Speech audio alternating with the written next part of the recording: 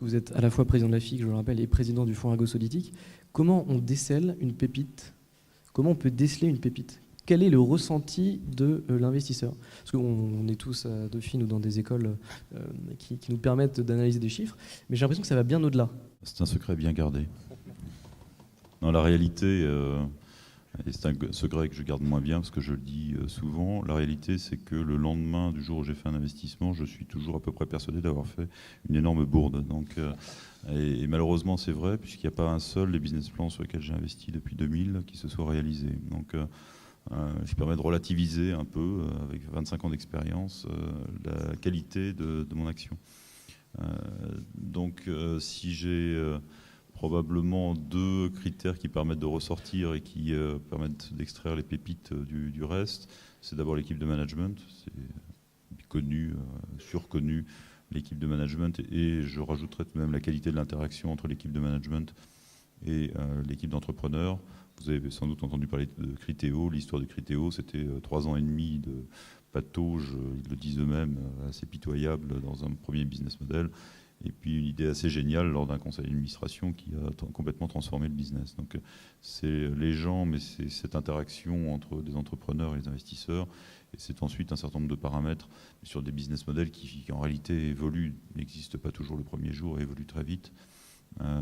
C'est un peu moins vrai même tout de même dans des entreprises qui ont quelques dizaines d'années, mais ça reste vrai parce que finalement un des enjeux très souvent c'est de transformer le business model et aller de l'avant. Donc on n'investit pas, en tout cas moi j'ai jamais investi en me disant je revendrai un jour parce que j'investis dans une industrie à la mode et je revendrai un jour dans un phénomène de bulle. Peut-être qu'un des phénomènes qui permet d'identifier une bulle, c'est peut-être plus facile que les pépites ça. Ce qui permet d'identifier une bulle, c'est effectivement quand la bourse commence à absorber un peu n'importe quoi. Et la courbe d'entraînement commence, c'est-à-dire quand on voit des IPO qui réussissent toutes les unes après les autres. Et ce n'est pas le cas du tout aujourd'hui. Je reprenais 6 mois d'IPO techno en Europe, il y avait autant de flops que de succès. Mais si la bourse se met à absorber n'importe quoi de manière indifférenciée, à valoriser très cher, il y aura nécessairement des investisseurs en private equity derrière qui se diront je vais investir dans un peu n'importe quoi et avec un peu de chance ça tiendra. Et donc il faut se méfier des phénomènes de mode. Alors il peut y en avoir un aujourd'hui, c'est le big data par exemple. Ça, on commence à voir des articles dans la presse patrimoniale sur le fait, enfin pas seulement française évidemment, anglo-saxonne, sur le fait qu'il faut acheter dans le big data, que c'est vachement bien. Bon, ça me rappelle le propos de Dan Ariely qui disait que le big data c'était comme le sexe chez les adolescents, tout le monde en parle, personne n'a fait. Personne ne sait vraiment comment ça marche d'ailleurs, mais tout le monde croit que les autres l'ont fait, donc tout le monde se sent obligé de prétendre en faire. Bon, alors là, on est un peu là-dedans, mais je crois quand même que les marchés ont pris une énorme claque en 2000-2001, et que cette claque-là, elle va contenir un certain nombre d'ardeurs pour de nombreuses années encore. Donc vous pensez que les investisseurs ont bien assimilé cette bulle et qu'il n'y a plus de risque aujourd'hui? Il n'y a plus de risque, ils ont bien compris, pas de problème? Pas de problème, si, il peut toujours y avoir des problèmes, mais je crois d'abord que les entrepreneurs eux-mêmes ont énormément changé. Enfin, je pense qu'on pourra avoir des témoignages là-dessus, mais la qualité des projets qu'on voit arriver n'a absolument rien à voir avec ce qu'on voyait il y a 15 ans, mais absolument, absolument rien à voir. C'est un projet beaucoup plus consistant, beaucoup plus dense, beaucoup plus réfléchi, et les investisseurs sont aussi passés par leur courbe d'expérience. Donc il peut toujours y avoir des problèmes, des bulles, des choses comme ça, mais je pense tout de même qu'on a beaucoup plus de maturité qu'il y a 15 ans, un peu moins de fraîcheur peut-être, mais plus de maturité. Merci. Monsieur Jourdan, une question? Oui, je suis admiratif des propos de M. Gaudron, parce que c'est vrai que généralement la théorie de l'euphorie financière, c'est que les marchés et la finance n'ont pas de mémoire et que 5 ans, 10 ans après, on a oublié. On a eu une petite bulle entre les deux. On a eu 2007-2008, un petit effondrement du marché des LBO, du private equity. Tous les 5 à 10 ans, ça revient, mais ce n'est pas forcément au même endroit. En tout cas, ce qui est vrai, c'est que la question qui est posée là, c'est est-ce que les acteurs du marché, collectivement, sont restés avec une empreinte de ce qui s'est passé sur les marchés et sur l'économie de l'Internet il y a 10 ou 15 ans. Je pense que oui, dans notre écosystème. Je ne suis pas sûr que ça soit vrai partout, encore une fois, géographiquement. Moi, dans mon segment de marché, j'ai 2 concurrents anglais qui sont entrés à l'AIM, ce petit marché très liquide que vous connaissez anglais. Il y en a un qui fait 3 millions de livres et qui a une valeur de 70 millions de livres, et l'autre qui fait 0 depuis 4 ans et qui a une valeur de 130 millions de livres. C'est des concurrents directs. On a à peu près le même business model. Je vois bien que d'outre-Manche, peut-être qu'il y a un certain nombre d'acteurs qui ont un petit peu oublié. Enfin, voilà. Mais ce qui est vrai, en revanche, pour revenir sur l'autre point, si on considère qu'un des critères, c'est le management, un élément très protecteur aujourd'hui, c'est que comme cette économie existe maintenant depuis une quinzaine d'années, c'est assez facile d'avoir des équipes qui ont du track record et de monter aussi, si on a des équipes qui sont insuffisantes, de trouver des ressources et de constituer des équipes qui vont pouvoir être efficaces et rassurantes. Et ça, c'est aussi quelque chose qu'on n'avait pas il y a 10 ou 15 ans, où il y avait beaucoup de gens qui quittaient un secteur d'activité pour aller dans la net économie avec 0 compétence, alors que c'est un art principalement d'exécution, qui demande une attention vraiment extrême dans les détails de ce qu'on fait, et où finalement, l'expérience compte énormément. Je me sens obligé de rebondir sur ce que vous dites et poser la question à M. Lazoki. Est-ce que, outre-Manche, finalement, on a oublié comment investir ou on a oublié la bulle? Je rebondis un peu, je transforme un peu les propos, mais... Oui, non, je vois le point. D'accord, plusieurs choses. La question sur AIM, la question c'est combien ils ont levé. C'est-à-dire que la boîte, elle fait 0, elle a levé 10 millions.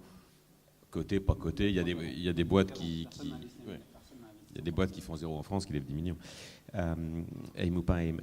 Il y a une grande différence quand même qu'on ne mentionne pas, pour avoir moi aussi vécu ce qui se passait en 2000, et à l'époque je faisais du capital risque pour Deutsche Bank en pré-IPO, et l'environnement réglementaire a beaucoup changé. À l'époque, on avait vraiment il n'y a pas une bulle, il y avait une entreprise industrielle qu'aujourd'hui on qualifierait de frauduleuse. C'est ça qui se passait. C'est-à-dire qu'à l'époque, une banque... La bulle, c'est quand votre chauffeur de taxi vous demande, quand vous bossez dans la finance, s'il doit acheter une action de PèreNoël.fr. PèreNoël.fr est rentré en bourse. Mon frère était étudiant en médecine, il a mis 50 000 francs dedans. Enfin, PèreNoël.fr, voilà le truc. Donc on était là. Hein. Et la manière dont ça fonctionnait, c'est qu'on avait je ne vais pas faire un cours de finance, mais la banque d'affaires ne distinguait pas l'activité de recherche de l'activité de ICM, enfin d'Equity Capital Markets. Et donc on avait une banque qui prenait le mandat d'aller placer à 7% de com quand même, 100, 200, 300 millions de papiers, qui racontait au marché retail que c'était super. Donc on était sur une clientèle en fin de chaîne qui était relativement gullible, comme on dit, crédule. Et donc ça, c'était voilà, on avait l'aspirateur pour ça. Et dans la chaîne, ce qui se passait, c'est que on avait des banques et des fonds affiliés à des banques qui faisaient des tours pré-IPO, donc qui mettaient de l'argent pour quand même amener la boîte un petit peu à un point de crédibilité, pour crédibiliser la boîte. La banque allait fourguer le papier au retail. C'était même pire, ils vendaient à des instits le matin, ils poussaient le stock dans la journée et il y avait un pop le soir.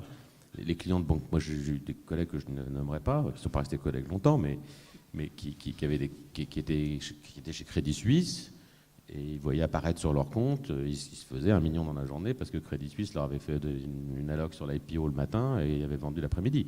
Donc on était dans une entreprise, il ne faut pas perdre ça de vue, ce qui fait que Cicéron disait who benefits, quoi, qui profite le crime. Bon, les gens qui faisaient de l'argent dans cette bulle, c'est pas tellement les start-upers qui l'ont cramé dans les ordinateurs tout neufs. C'est les mecs qui levaient l'argent et ceux qui plaçaient et qui revendaient. Donc, et ça, de ce point de vue-là, je pense que cet écosystème, il est totalement stérilisé aujourd'hui. Il est totalement stérilisé. Aujourd'hui, c'est l'inverse. Tu veux vendre quelque chose à un particulier, il faut y aller avec 4 avocats. Donc ça c'est... Non. Et d'ailleurs, c'est cet effet, c'est peut-être ça aussi qui fait que les boîtes qui passent le cap de l'entrée en bourse aujourd'hui, je crois que c'est ce que tu disais aussi, sont des boîtes un peu plus sérieuses, un peu plus réelles, au moins dans leur... Enfin, on dit ce qu'on veut de King, mais ça fait des centaines de millions de dollars de profit, ce truc. C'est pas, on peut se dire c'est pas pérenne, c'est ceci, mais c'est un vrai phénomène. C'est des centaines de millions de dollars, c'est pas une paille. Et on n'entend parler que de celle-là. Donc sur la partie cotée, je veux vraiment, enfin c'est très clair.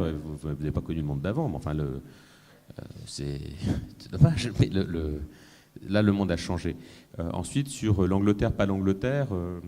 crois que la différence, nous on a beaucoup de deal flow anglais puis de deal flow pas anglais. La vraie différence, je trouve, hein, on peut la qualifier de culturelle, c'est une économie qui est plus financiarisée. C'est-à-dire que le moindre entrepreneur a en tête dès le début la valeur de sa boîte et tout est à vendre d'une certaine manière. Et donc quand le marché monte, quand les valorisations sont là, les gens vendent. Et il y a une forme de cynisme, on va dire, un poil plus marqué chez l'entrepreneur anglais. Une boîte qui a 10 salariés, qui fait pas beaucoup de chiffre d'affaires, va avoir un DAF à 150 000 euros par an. Et une boîte en France qui fait 50 millions va avoir un DAF à 60 000 euros. Et c'est pas pour dire qu'il est moins bon, d'ailleurs, il est probablement aussi bon, mais ça pointe du doigt l'importance attribuée dès le début à la fonction finance dans la constitution de l'équipe. Et donc, effectivement, il y a une plus grande financiarisation, donc il y a une plus grande liquidité, et ça tourne plus. Et quand ça monte un peu plus.